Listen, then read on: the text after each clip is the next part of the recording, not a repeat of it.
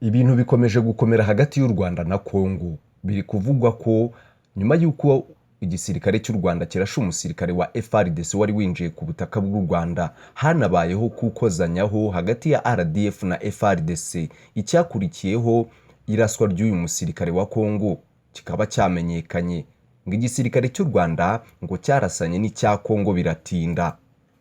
Ku rundi ruhande, umusirikare wa FARDC ufite ipeti rya koloneli yateye umugongo iki gisirikare cya Repubulika Iharanira Demokarasi ya Congo, yiyunga ku mutwe wa M23 ndetse n'abasirikare benshi yakuye muri iki gisirikare bose batoroka igisirikare cya FARDC bigira mu mutwe wa M23. Ku rundi ruhande, nyuma y'uko abanyekongo bamwe biraye mu mihanda bamagana uruzinduko rwa Perezida Emmanuel Macron w'Ubufaransa, ntibyabujije uyu muperezida kugera muri iki gihugu. Gusa ngo uyu muperezida ngo yahageze ngo abamwamaganaga basinziriye kuko yageze muri iki gihugu mu gicuku. Aya ni amakuru aturutse muri Repubulika Iharanira Demokarasi ya Congo ngiye kuba nkugezeho 5 kuri 5. Wifuza kuzajya uhora ubona ama updates tuba twabateguriye, icyo usabwa no gukora subscribe ndetse ugakanda no kuri ako kamenyetso k'inzogera kugira ngo ujye ubasha kuba uwa mbere mu kubona amakuru tugenda tubagezaho 5 kuri 5. Reka n'abatindiye dutangirane n'iyi nkuru. Nyuma y'uko umusirikare wa Congo arasiwe ku mupaka uhuza iki gihugu n'u Rwanda ariko yamaze kugera ku butaka bw'u Rwanda, habayeho gukozanyaho hagati ya RDF n'igisirikare cya Congo FARDC. Byatangajwe n'igisirikare cy'u Rwanda mu itangazo cyashyize hanze nyuma y'uko habayeho iraswa ry'uriya musirikare wa FARDC.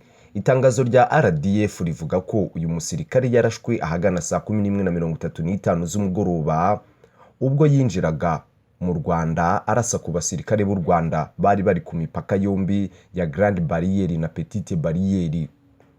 Igisirikare cy'u Rwanda kivuga ko abasirikare bacyo bahise barasuye umusirikare wa FARDC bakamwivuna. Itangazo rikomeza rigira riti abandi basirikare ba FARDC bahise batangira kurasa ku birindiro bya RDF, bituma habaho kurasana by'igihe gito, ariko ubu ngo hakaba hari umutuzo. Si rimwe cyangwa kabiri abasirikare ba FARDC binjiye ku butaka bw'u Rwanda barasa nabo bakaraswa bakasiga ubuzima, kuko kuba ibibazo hagati y'u Rwanda na Congo bimaze igihe kuva byavuka hamaze kuraswa abarenga 3 ku ruhande rwa Congo. Ku rundi ruhande, umusirikare wa FARDC ufite ipeti rya koloneli yateye umugongo iki gisirikare cya Repubulika Iharanira Demokarasi ya Congo, yiyunga ku mutwe wa M23 ndetse n'abasirikare benshi yakuye muri iki gisirikare cya FARDC. Uyu musirikare ni koloneli Byinshi, wari uri mu bakomeye mu gisirikare cya Repubulika Iharanira Demokarasi ya Congo FARDC, wafashe icyemezo cyo kugitera ishoti kubera imigenzekereze itanoze akibonamo. Koloneli Byinshi kandi ntiyanagiye wenyine kuko yajyanye n'abandi basirikare 26 bari muri FARDC nabo abajyana mu mutwe wa M23. Ni icyemezo cyafatiwe Mweso mu gace ka Walikari nyuma y'uko umutwe wa M23 ukubise inshuro FARDC ukayambura aka gace gaherutse kugwa mu maboko y'uyu mutwe wa M23. Perezida wa M23 Bertrand Bisimwa yahaye ikaze uyu musirikare mukuru wa FARDC wafashe icyemezo cyo kushishoza akiyunga kuri uyu mutwe urwanira uburenganzira bw'abaturage. Yagize ati dutewe ishema nawe ndetse n'icyemezo yafashe cyo kutwiyungaho, n'abandi bifuza kutwiyungaho kandi imiryango irafunguye kandi izahora ikinguye igihe cyose, muze duharanira amahoro.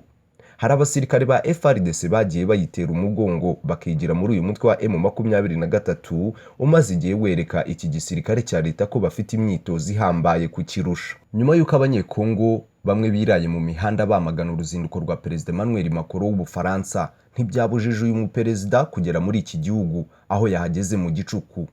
Perezida Emmanuel Macron uri mu ruzinduko muri Afurika yageze Kinshasa mu ijoro ryakeye ubwo yageraga ku kibuga cy'indege mpuzamahanga Chanjili. Perezida Emmanuel Macron yakiriwe na Minisitiri w'Intebe wa Congo Sam Lukonde, wari kumwe na Minisitiri w'Ububanyi n'Amahanga wa Congo Christophe Lutundura ndetse na Minisitiri w'itumanaho n'itangazamakuru akaba n'umuvugizi wa guverinoma w'iki gihugu Patrick Muyaya.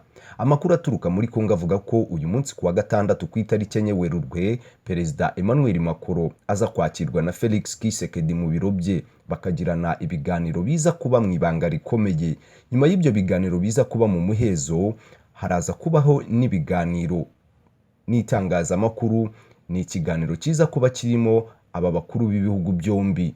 Ni ikiganiro cyitezwemo byinshi birimo ibibazo Kongo ifitanye n'u Rwanda, dore ko biri mu by'ibanze bizanye Perezida Emmanuel Macron mu rwego rwo gushaka umuti wabyo. Ni uruzinduko rubaye kandi nyuma y'uko bamwe mu banyekongo bari bagaragaje ko batifuza ko Emmanuel Macron agenderera igihugu cyabo, bamushinja kuba akorana n'u Rwanda kandi ngo u Rwanda ari umwanzi wabo. Ngayo nguko rero, aya ni amakuru akomeje kugenda aturuka muri Repubulika Iharanira Demokarasi ya Kongo, akomeje kubera intambara idasanzwe iri guhuza umutwe wa M23 n'igisirikare cya Kongo FARDC. Wifuza kuzajya uhora ubona ama updates tugenda tubagezaho 5 kuri 5, icyo usabwa no gukora subscribe ndetse ugakanda no kuri ako kamenyetso k'inzogira kugira ngo ujye ubasha kuba uwa mbere mu kubona amakuru tugenda tubagezaho 5 kuri 5.